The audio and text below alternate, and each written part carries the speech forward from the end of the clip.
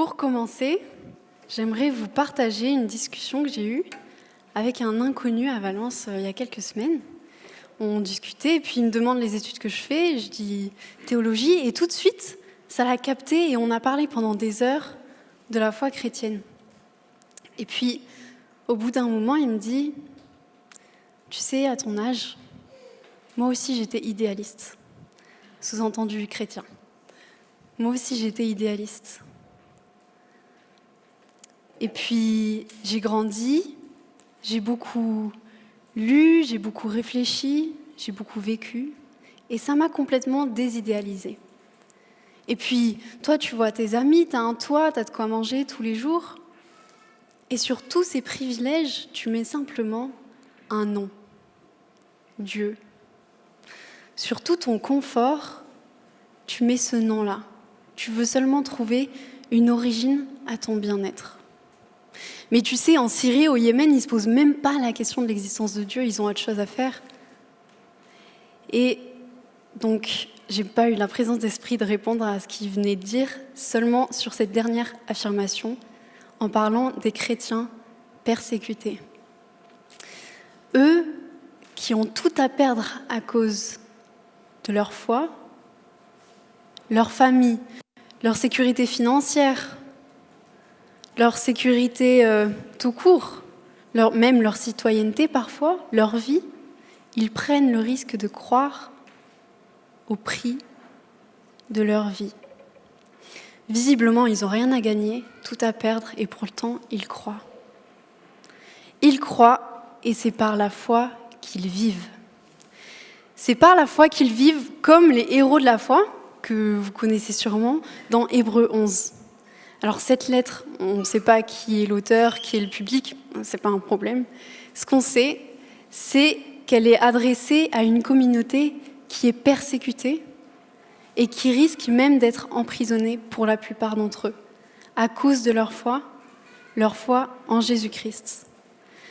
Alors, sachant ça, l'auteur va essayer de les fortifier. Et il les fortifie en leur rappelant qui est Jésus. Quelle est son identité ? Et il en arrive à dire « Lui seul est parfaitement digne de confiance ». Et il leur dit « Soyez fidèles à Jésus-Christ.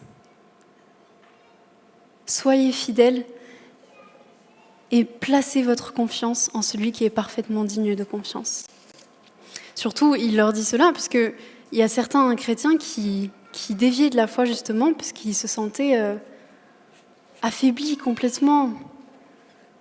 Ils avaient peur. Mais face à leur peur et à leur affaiblissement, il leur rappelle cela. Et il écrit les versets 32 à 40. « Que dirais-je encore ? Le temps me manquerait pour parler en détail de Gédéon, de Barak, de Samson, de Jephthé, de David, de Samuel, des prophètes. Grâce à la foi, ils ont remporté la victoire sur des royaumes, exercé la justice, obtenu la réalisation des promesses, fermé la gueule des lions. Ils ont éteint des feux violents, ils ont échappé aux tranchants de l'épée. Ils ont été remplis de force alors qu'ils étaient faibles. Ils se sont montrés vaillants dans les batailles. Ils ont mis en fuite des armées ennemies. Des femmes ont vu leur mort ressusciter pour leur être rendue. D'autres, en revanche, ont été torturés. Ils ont refusé d'être délivrés afin d'obtenir ce qui est meilleur, la résurrection. D'autres encore ont enduré les moqueries, le fouet, ainsi que les chaînes, la prison. Certains ont été lapidés, d'autres ont été torturés, sciés en deux ou mis à mort par l'épée. D'autres ont mené une vie errante, vêtus de peau de mouton ou de chèvre, dénués de tout, persécutés et maltraités. Eux dont le monde n'était pas digne. Ils ont erré dans les déserts, dans les montagnes, vivant dans les cavernes, les antres de la terre. Mais Dieu a approuvé tous ces gens à cause de leur foi. Et pourtant, aucun d'eux n'a reçu ce qu'il leur avait promis. C'est que Dieu avait prévu quelque chose de plus grand, quelque chose de meilleur pour nous. Il ne devait donc pas parvenir, sans nous, à la perfection. Ces derniers versets suivent un grand passage où on parle de personnages bibliques vraiment héroïques, extraordinaires. Comme c'est par la foi que Noé a construit un bateau en faisant confiance à la parole de Dieu, sans savoir vraiment ce qui allait se passer, sans voir ce qui allait se passer. C'est par la foi que Abraham est parti vers un pays qui lui était promis par l'Éternel, sans savoir où il allait. C'est par la foi que le peuple hébreu a traversé la mer Rouge comme une terre sèche, alors que les Égyptiens ont été complètement engloutis par elle. C'est par la foi que Pierre, Paul et tant d'autres ont été arrêtés, furent tués pour témoigner que leur vie ne valait pas une prédication de l'Évangile.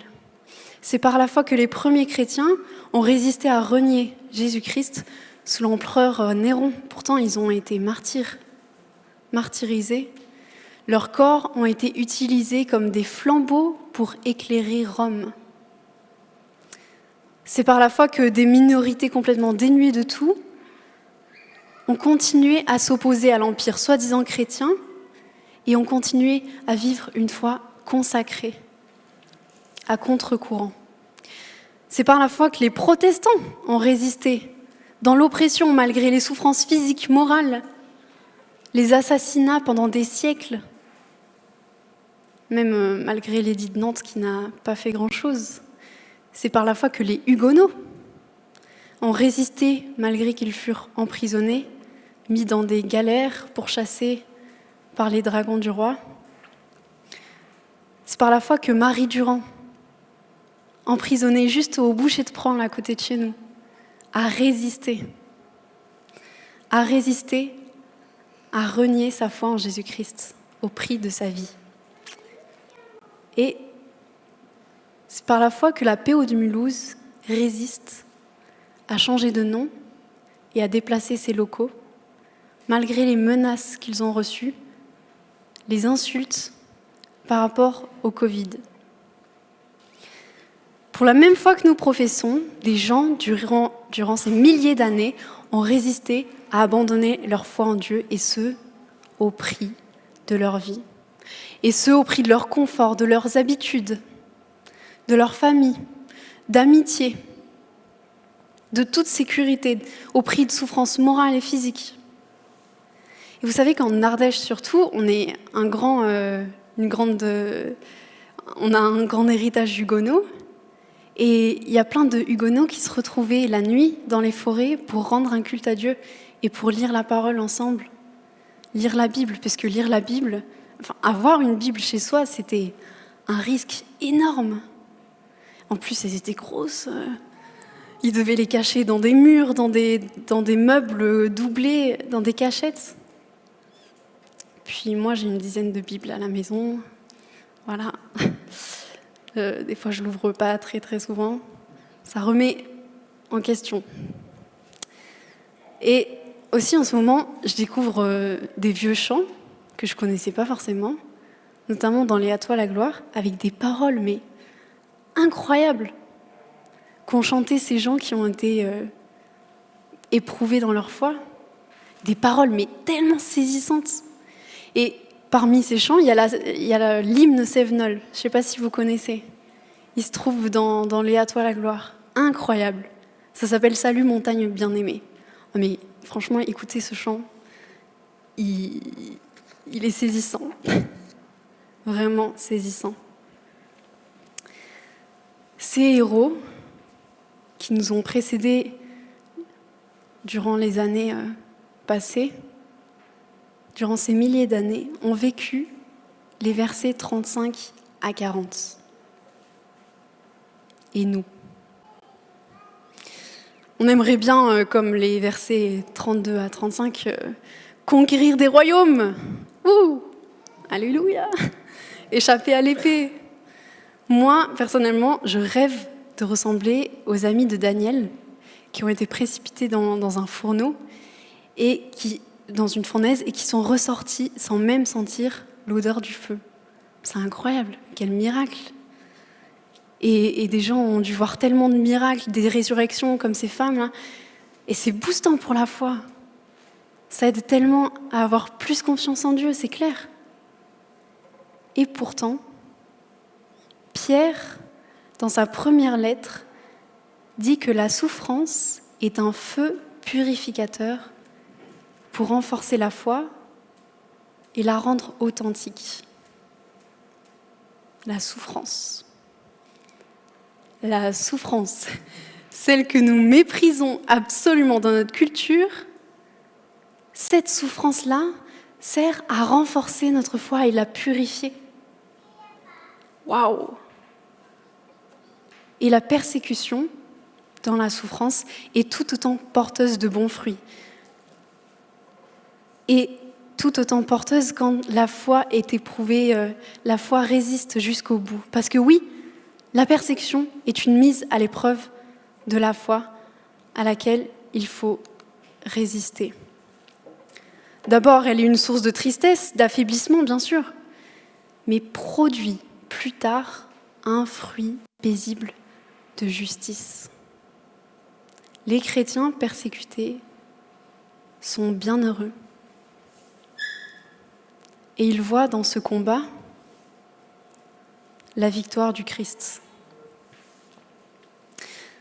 Jésus a annoncé dès le début à ses disciples qu'ils allaient être persécutés. Je ne sais pas si vous vous en êtes rendu compte, mais c'est omniprésent.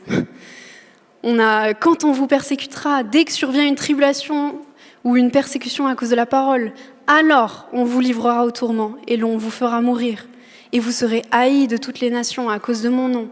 C'est par beaucoup de tribulations qu'il faut entrer dans le royaume de Dieu. Tous ceux d'ailleurs qui veulent vivre pieusement en Christ Jésus seront persécutés. Et Jésus dit en Apocalypse 2, verset 10, « Ne crains pas ce que tu vas souffrir. Voici que le diable va jeter quelques-uns d'entre vous en prison, afin que vous soyez éprouvés, et vous aurez une tribulation de 10 jours. Sois fidèle jusqu'à la mort, et je te donnerai la couronne de vie. » La persécution paraît inévitable à tout chrétien. Mais si elle est inévitable, quelle forme de persécution vivons-nous aujourd'hui en France ? J'ai bien peur que souvent, pour une grande majorité de gens, Paul pourrait nous rappeler 1 Corinthiens 4, ce qu'il disait aux Corinthiens, vous commencez à régner, tout va bien pour vous.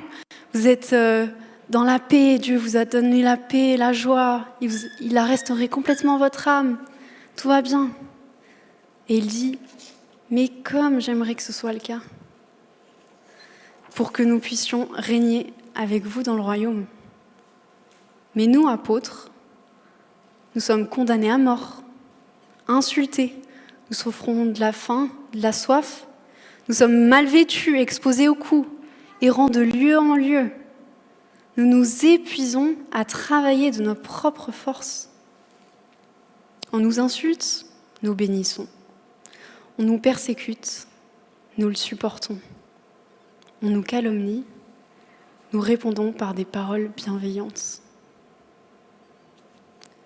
Jusqu'à maintenant, nous sommes devenus les déchets du monde et traités comme le rebut de l'humanité. Alors je me dis que des fois, on pourrait facilement être ces Corinthiens et les chrétiens d'Orient, d'Asie pourraient facilement ressembler aux apôtres. On parle d'un certain évangile prospère, un peu discutable, contraire à la vie de Christ, tout ça. Mais il me semble que nous pouvons facilement prêcher et croire en un évangile confortable. Appelons-le comme ça. Une fois sans risque, Un salut qui se contente de promettre à notre esprit un paradis, on ne sait trop où, un peu féerique, une foi qui nous lance gentiment dans la vie en nous disant « c'est bon, tu peux y aller », avec une église locale à faire tourner, tranquille. On prêche peut-être un évangile rassurant, victorieux. Ben oui, bien sûr que l'évangile est victorieux. Bien sûr qu'on a un Père qui prend soin de nous, au quotidien, qui répond à nos besoins primaires comme secondaires, qui répond parfois même à des prières très matérialistes finalement. Et c'est bon de lui faire confiance en tout, il faut, c'est important. Mais par contre, très vite, personnellement, je vous avoue que je m'endors. Je tombe dans un sommeil profond, dans une foi très confortable.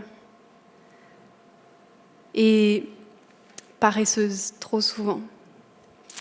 Je pense à mes propres envies, à mes propres besoins.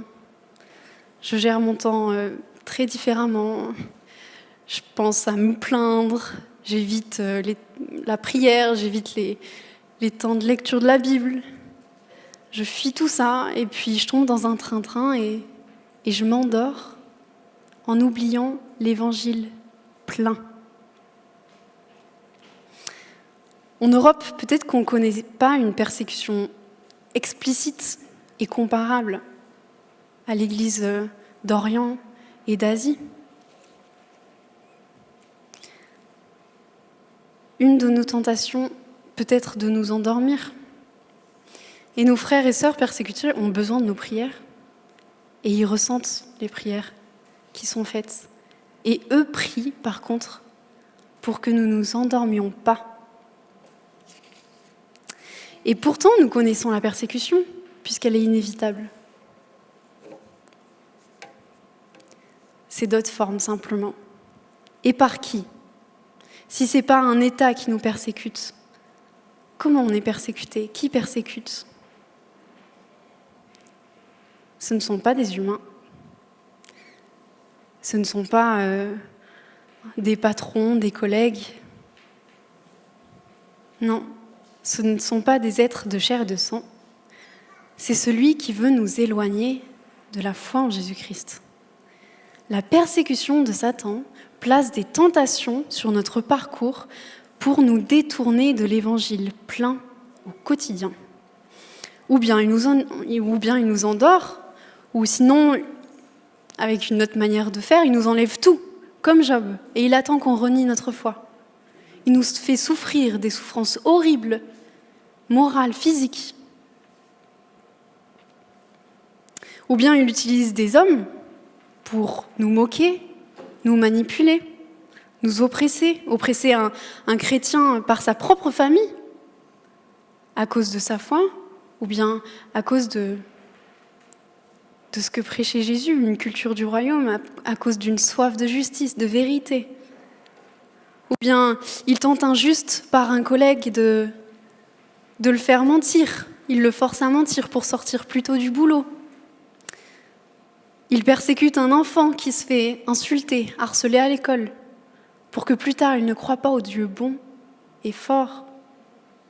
Il persécute en tourmentant l'âme d'une très jeune chrétienne, jusqu'à même lui faire perdre la raison et lui dire « Mais est-ce que Dieu existe vraiment ? Est-ce que la foi vaut le coup si tu es persécuté autant à l'intérieur ?» Il détruit la vie d'une personne pour lui donner aucune raison d'espérer en un Dieu créateur de la vie, pleinement amour. Ou encore, il nous fait commettre les pires choses pour nous empêcher de croire en un pardon gratuit de Dieu, qui fait de nous une personne nouvelle. Alors, certains d'entre nous ont peut-être des témoignages de vie tumultueuses, mais Dieu nous a quand même retrouvés. Et face aux persécuteurs, ou même bien au-dessus de lui plutôt, il y a Dieu le Père, Dieu le Fils et Dieu l'Esprit Tout-Puissant. à qui appartiennent le règne, la puissance et la gloire pour les siècles des siècles. Qu'est-ce qui pourra nous arracher à l'amour de Dieu, l'amour du Christ ? La détresse, l'angoisse, la persécution, la faim, la misère, le danger ou l'épée ? Car il nous arrive ce que dit l'Écriture, c'est ce que dit Paul. À cause de toi, nous sommes exposés à la mort à longueur de jour. On nous considère comme des moutons destinés à l'abattoir. Mais dans tout cela, nous sommes bien plus que vainqueurs par celui qui nous a aimés. Oui, j'en ai l'absolue certitude. Et vous devez connaître peut-être ce verset. Ni la mort, ni la vie, ni les anges, ni les dominations, ni le présent, ni l'avenir, ni les puissances, ni ce qui est en haut, ni ce qui est en bas, ni aucune créature ne pourra nous arracher à l'amour que Dieu nous a témoigné en Jésus-Christ, notre Seigneur. Oui. L'Église de Christ a cette assurance. La pandémie nous a appris que du jour au lendemain, notre quotidien peut être complètement basculé, nos projets annulés. Mais elle nous a aussi appris que les moqueries, les menaces, les insultes à l'Église de Christ n'étaient pas si loin. C'est Samuel Peter Schmidt qui en a parlé dans son dernier message vraiment top. Eux ont été insultés, la PO de Mulhouse. Cette pandémie nous a aussi dévoilé des injustices immenses. Des frères et sœurs, nos frères et sœurs, en Inde, à cause de la pandémie, ont risqué la mort, ont risqué une énorme famine. Parce qu'ils sont chrétiens, on leur refuse de l'aide. Par exemple, des pasteurs qui vivent de dons récoltés au culte, ils n'ont pas les moyens de faire des réserves, d'avoir un compte en banque comme nous, impossible. Et bien, ceux-là se sont retrouvés confinés sans aucun moyen de survivre. Et si Porte Ouverte n'avait pas été là, si peut-être vos dons n'avaient pas été là, ils seraient morts. L'Église de Christ est déjà persécutée. Et la persécution est vraiment à nos portes. Une persécution forte comme le vivent l'Orient et l'Asie. Et c'est pas pour nous faire peur que on se rappelle cela. C'est pas non plus pour nous culpabiliser. Mais c'est vraiment pour nous faire prendre conscience ce qu'implique notre foi. Pourquoi est-ce que nous croyons ? Pourquoi est-ce que nous venons au culte ? En qui nous croyons ? C'est pour nous faire prendre conscience de la réalité du combat de la foi que vivent des êtres humains en ce moment même, maintenant. Et pas n'importe quels êtres humains, des frères et sœurs, nos frères et sœurs. En 2019, Porte Ouverte a trouvé qu'un chrétien sur 8 subit une forte persécution. Et Hébreux 11, versets 35 à 40, ce sont eux. Ils sont torturés, refusant de renier leur foi pour être délivrés. En attendant leur délivrance finale, ils résistent. Ils endurent des moqueries, des fouets, la prison, la mort, le dénuement de tout, notamment des sources financières. Et ils sont maltraités et certains même vivent en secret dans des déserts, des montagnes, des grottes. Alors, nous n'avons pas connu ce type de persécution, nous en vivons d'autres formes, mais souffrons avec eux. L'Église, c'est quoi ? C'est le corps du Christ. Et si un membre du corps souffre, alors tout le corps souffre avec lui. C'est plus qu'un devoir, c'est même une vocation, une chose totalement naturelle. En plus, ils nous apprennent tellement de choses. Il y a Porte Ouverte qui a écrit un petit livre, je ne sais pas si vous connaissez, 15 raisons de s'intéresser à l'Église persécutée. Alors, c'est très exhaustif et j'en ai retenu 3. Ce qu'ils nous apprennent, c'est de ne pas craindre la mort. Ben oui, en tant que chrétien, pourquoi on aurait peur de la mort ? Ils nous apprennent que le royaume de Dieu se construit non par des réussites, mais par une consécration totale, individuelle et collective. Et ils nous apprennent surtout, moi ça me parle très particulièrement, le courage. Être courageux. Être courageux et fidèle. Pas paresseux, courageux. Pleurons avec ceux qui pleurent. Souffrons avec ceux qui souffrent, car ils sont bien heureux. Mais souffrir avec eux, ça apprendre à les connaître. Prions avec eux, pour eux régulièrement. Inscrivons-nous, par exemple, aux newsletters de Porte Ouverte pour être tenus informés. Et c'est vraiment important. Aimons nos propres membres, notre propre corps, concrètement, par des actes. Ayons l'esprit de famille et honorons ainsi le Père.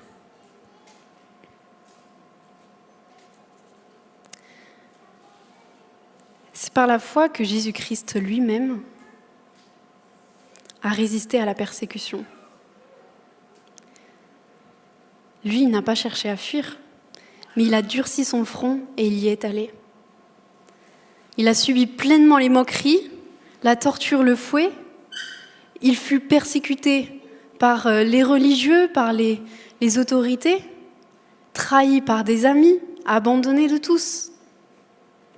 Et il mourut en réalité pour tous ces gens-là. Jésus prévient ses disciples dès le début qui vont être persécutés à cause de lui, mais il leur dit « Courage, moi, j'ai vaincu le monde. »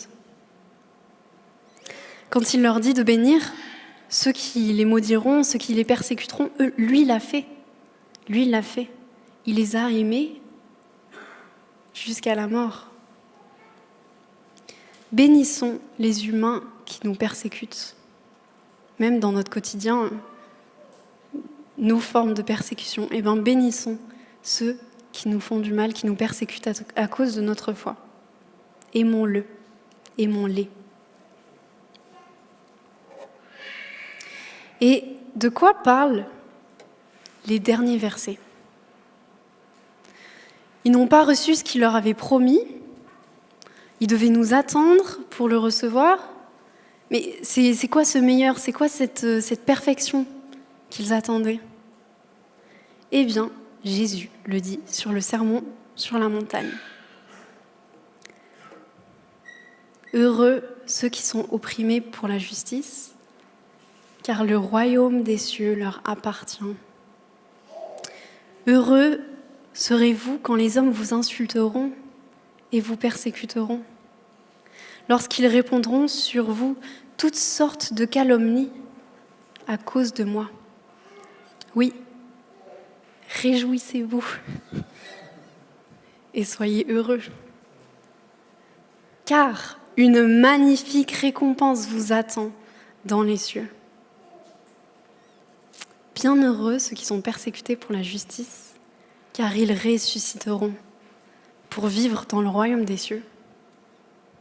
Jésus-Christ est la résurrection. Lui, il a vaincu la mort, on l'a chanté, il a vaincu la mort, il est ressuscité. Et c'est ça la clé de notre espérance à tous, la résurrection.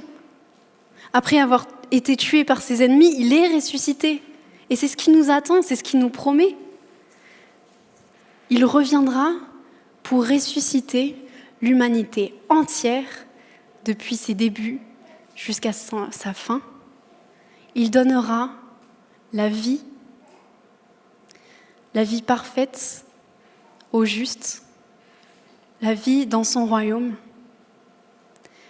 Et il le laissera une existence tournée vers le passé, tournée vers les regrets de ne pas avoir connu Dieu, aux injustes.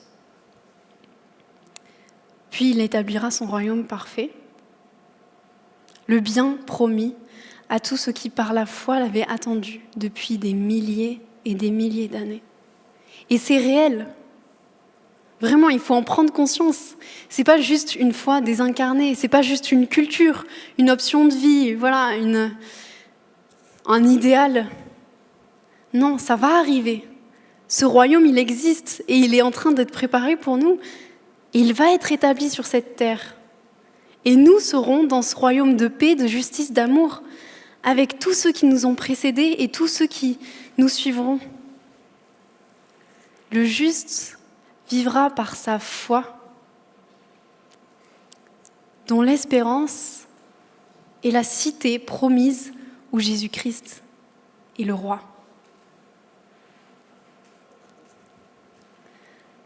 Hébreux 12 dit « C'est pourquoi nous aussi qui sommes entourés d'une si grande nuée de témoins, débarrassons-nous de tout fardeau, de tout péché qui nous cerne si facilement de tous côtés et courons avec endurance l'épreuve qui nous est proposée.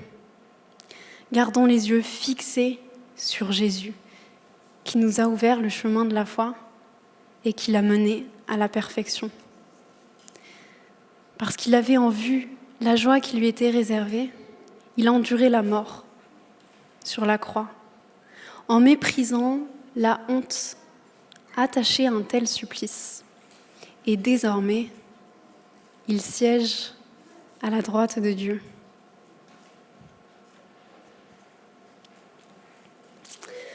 Pour conclure, je dirais, prions pour nos frères et sœurs d'Asie, d'Orient, mais aussi ceux qui sont persécutés ici.